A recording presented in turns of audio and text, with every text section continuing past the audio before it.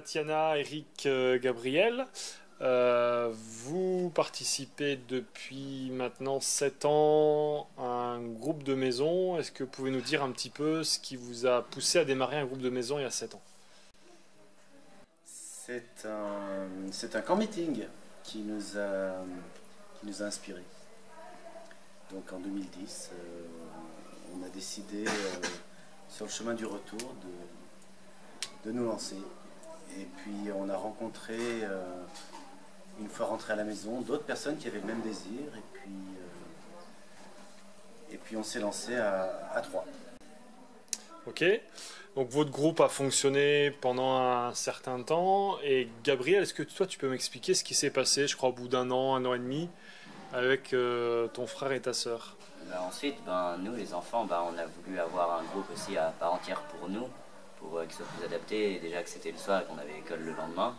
Ensuite, on a invité des amis qui étaient partants. Et puis, donc le premier groupe, il y a eu 20 personnes de notre âge qui sont venues à la maison. Puis ensuite, de fil en aiguille, il est venu à séparer, donc multiplier le nombre de groupes pour en faire un à chaque tranche d'âge. Donc moi j'ai le mien tous les vendredis après-midi. Ok. Et comment ça se passe un peu, l'organisation de ces groupes, qui en est responsable, qu'est-ce que vous partagez? Alors pour le groupe des adultes qui a lieu chaque semaine, on va dans différentes maisons, normalement c'est chez nous, le mardi soir vers 20 h. On partage un moment de convivialité où on parle, où on se raconte comment ça s'est passé notre semaine et tout.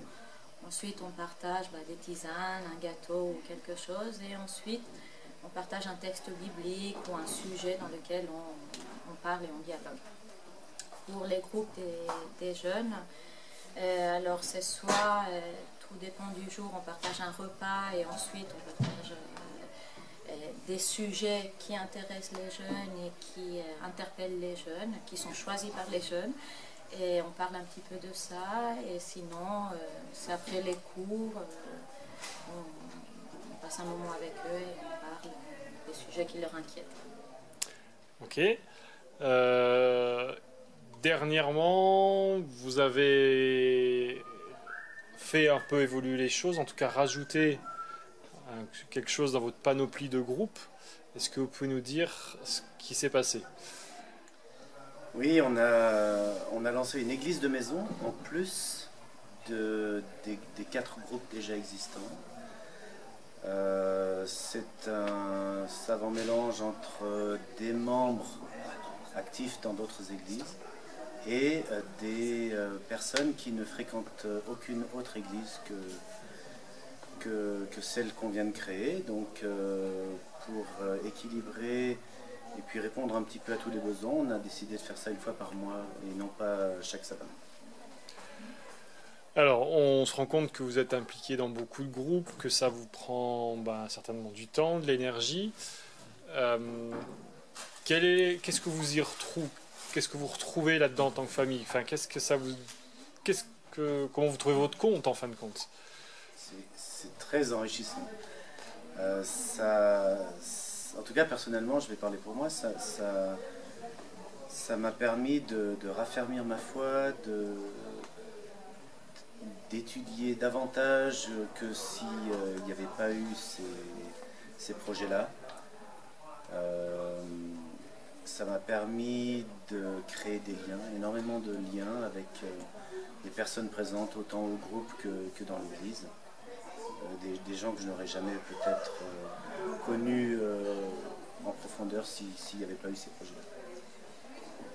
Ce qui me concerne, c'est vraiment une croissance, que ça soit spirituelle, que ça soit humaine, que ça soit familiale, parce que ce groupe de maison, cette église de maison est devenue ma vraie famille.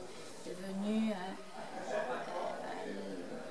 les gens sur qui je peux compter, les gens avec qui on peut partager nos soucis ou nos projets ou nos envies et vraiment grandir, mais d'une manière exponentielle. Je suis née dans l'église, je suis membre de Collonges depuis 20 ans maintenant, et c'est une grande église et ça a été très difficile de créer des vrais liens. Et là, dans le cadre des groupes de maison ou d'églises de maison, c'est quelque chose qui est très fort, sincère, et voilà, qui m'apporte ce soutien et cette croissance. Et pour les jeunes, oui, moi, c'est surtout que ça permet à ceux qui ne connaissent pas Dieu d'avoir une approche différente de l'église traditionnelle. Et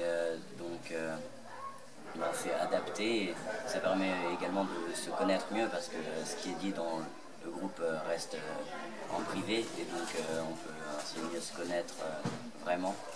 Et donc, c'est génial. On invite beaucoup plus facilement quelqu'un de l'extérieur dans un groupe ou dans une église de maison que dans une structure traditionnelle. Ok, ben merci beaucoup.